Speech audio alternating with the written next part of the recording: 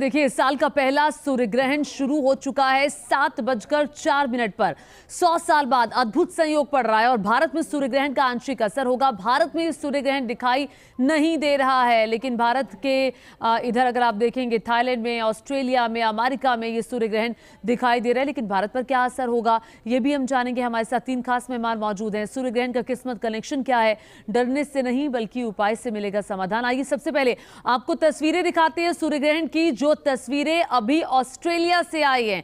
Australia से देखिए, ये तस्वीर सामने आई है। ये ऑस्ट्रेलिया में सूर्य ग्रहण दिखाई दे रहा है और बताया जा रहा है कि ये जो सूर्य ग्रहण है, ये तस्वीरें बिल्कुल लाइव तस्वीरें आप देख रहे हैं सूर्य ग्रहण की। और ये अद्भुत संयोग 100 साल बाद पड़ा है कि अलग अलग आकृतियों में आज सूरज दिखाई देने वाला है। ऑस्ट्रेलिया से आ रही ये लाइव तस्वीरें आप देख रहे हैं। बताया ये भी जा रहा है कि ये जो सूर्य ग्रहण है दुनिया पर प्रभाव डालने वाला है। गर्मी बहुत ज़्यादा बढ़ाएगा, राजनीतिक असर होगा, तमाम तरह के असर होंगे। अपने मेहमानों से मैं जानूंगी। लेकिन ये जो सूर्य ग्रहण है, कहा जा रहा है कि भारत पर असर नहीं है, लेकिन फिर भी अगर किसी को इन चंद घंटों में कोई शुभ काम करना है तो वो कर सकता है। अरविंद जी, देखिए, शुभ कार्य तो इसमें नहीं करना है क्योंकि भारत पर भी इसका असर पड़ेगा। तो मतलब 12:29 तक आप कोई शुभ कार्य मत करिए, क्योंकि ये सूर्य पर लग रहा है। तो आप सूर्य की उपासना करिए। ओम भूर्भुवः स्वः तस्वितुर्वरेण्यं भर्गो देवस्य धीमहि धियो यो न प्रचोदयात्, इस मंत्र का जप करें। और ओम घृणी सूर्यान्वय इस मंत्र का जप करें। इस बात का ध्यान रखना। दूसरी बात, हम आपको एक बात और बताना चाहेंगे कि यह पूरा विश्व में इसका जबरदस्त असर पड़ेगा और इस साल गर्मी काफी बढ़ेगी। मैं इसी से रिलेटेड नीति जी, तो मतलब हम 12:29 बाद कोई शुभ काम कर सकते हैं अगर कोई करना चाहे? जी देखिए, शुभ काम का मतलब उससे पहले आपको शुद्धिकरण करना होता है। जैसे गंगा जल से पूरे घर को आप शुद्ध करिए, खुद भी स्नान करिए और उसके बाद आप अपनी नॉर्मल जो डेली रूटीन है, you can follow that routine.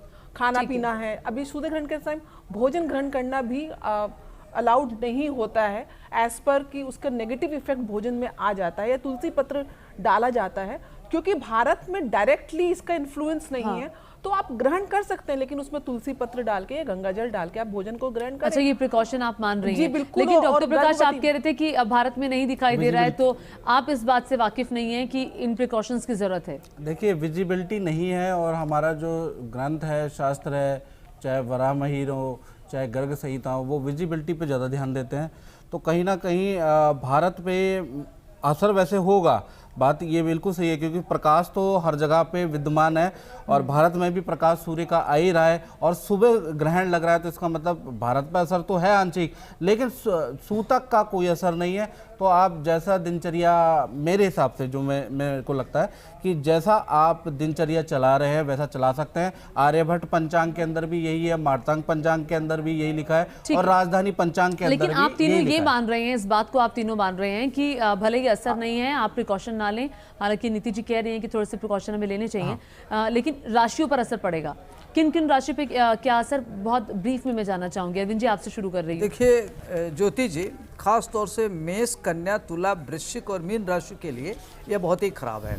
और वृष, मिथुन, कर्क, सिंह, धनु, मकर, कुंभ राशि वालों के लिए ये अच्छा है। और चूंकि ये लग्न में लग रहा है मेष राशि पर, और वहीं सूर्य भी है, चंद्रमा भी है, राहु भी है, बुध है, तो खास तौर से लोगों को अपने मन को नियंत्रण में रखना चाहिए और जो भी निर्णय लेते हैं सोच समझ करके लें। गुस्सा पर कंट्रोल करें और व्यक्ति को अपनी सोच को बहुत संतुलित रखने की जरूरत है। गुस्सा एकदम न करें तो लगभग काफ़ी इस पर पड़ेगा। लेकिन ये ध्यान रखना है कि आज हमको क्या करना है कि हम ग्रहण को कैसे अशुभ को शुभ में कन्वर्ट करें। तो ग्रहण को लेकर के घबराने की जरूरत है, क्योंकि अपने भारत में विजिबल नहीं है तो इसका प्रभाव नहीं दिखेगा। ठीक है, ठीक है। नीति जी, मैं आपसे ये जानना चाहूंगी, जैसे अरविंद जी ने बताया कि इंडियन राशि पे ये असर पड़ने वाला है, तो मैं चाहती हूँ कि आप बहुत साइंटिफिक तरीके से ज्योतिष के माध्यम से हमारे दर्शकों को बताएं कि सूर्य कैसे हमारी राशि को प्रभावित करता है। चूंकि हालांकि सूर्य एक बहुत बड़ा एक आप कह सकते हैं कारक है हमारी राशि को प्रभावित करने वाला। देखिए, हर राशि पे हर ग्रह का प्रभाव रहता है, लेकिन ज्योतिष सिद्धांत में लगन कुंडली, सूर्य की कुंडली और चंद्रमा की कुंडली का ये जो 3 कुंडलियां हैं, सुदर्शन कुंडलियां बनती हैं, इसका विशेष प्रभाव माना जाता है। आपकी पर्टिकुलर कुंडली क्या कहती है, क्या लगन है, ग्रहों की क्या प्लेसमेंट है, उससे आप माइन्यूट इफेक्ट देख सकते हो। लेकिन व्यापक रूप से सूर्य जैसे आत्मा के कारक ग्रह में जब ग्रहण है, जब एक नेगेटिव ऊर्जा का प्रभाव है, तो निश्चित रूप से उसका कहीं ना कहीं नेगेटिव होगा। लेकिन आप इसको अगर इतिहास में देखें, सूर्य ग्रहण के प्रभाव से पॉजिटिव और नेगेटिव दोनों इवेंट्स होते हैं। उपचय भाव में ज्योतिष का एक सिद्धांत है कि जब मैल्फिक प्लैनेट, अशुभ प्लैनेट आते हैं तो शुभ प्रभाव देते हैं। दशम भाव में ऐसा वैज्ञानिक देखा गया। नहीं मानते इसको, विज्ञान नहीं मानता। नहीं, आप देखिए, अर्थक्वेक्स मैक्सिमम अगर आप देखेंगे सोलर एक्लिप्स या लूनर एक्लिप्स के आसपास ही आते हैं। इस टाइम पे जो टेक्टोनिक प्लेट्स होती हैं अर्थ के अंदर, उनमें फ्रिक्शन पैदा होती है और जो वेव्स तो ट्रेवल करती हैं सरफेस तक, जिसकी वजह से पृथ्वी हिलती है। ये तो बहुत ज़्यादा आप समझेंगे 70 से 80% जितने भी अर्थक्वेक्स हैं ये ड्यूरिंग द एक्लिप्स तो अभी आप ये कहना चाह रही हैं कि ये जो अभी हमने टर्की का अर्थक्वेक देखा और अभी जो आते हुए हमने एशिया में अर्थक्वेक्स देखे, ये सोलर एक्लिप्स का ही असर है? एक्लिप्स का असर है, जो कि और एक्लिप्स एक ये नॉर्मल घटना है जो हर आप 177 दिन के बाद सूर्य ग्रहण दोबारा से रिपीट होगा। 180 डिग्री के अंश में जब ये तीनों प्लैनेट्स आएंगे तो ये रिपीट होगा।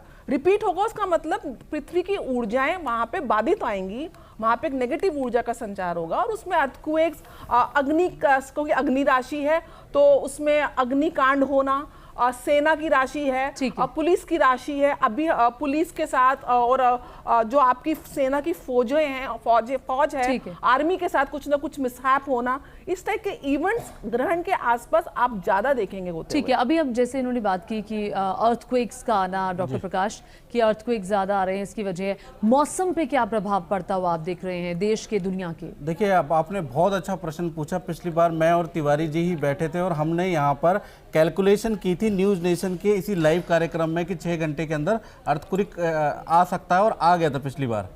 याद रखिएगा, ये कैलकुलेशन है, ये हम और तिवारी जी ही बैठे हुए थे। अगले दिन हमने दोबारा इस पर कार्यक्रम किया।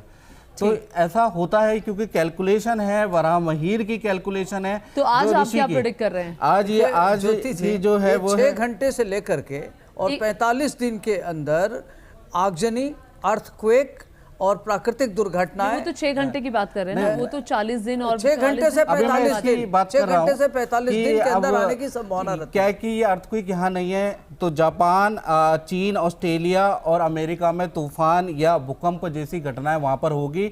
और यहाँ पर अगर देखा जाए तो 7 दिन के अंदर यहाँ भी भूकंप के झटके महसूस होंगे 7 दिन के अंदर, लेकिन एपिसेंटर यहाँ नहीं होगा, यानी कि यहाँ होगा लेकिन उसकी घटना कम पड़ेगी, उसकी इंटेंसिटी कम होगी।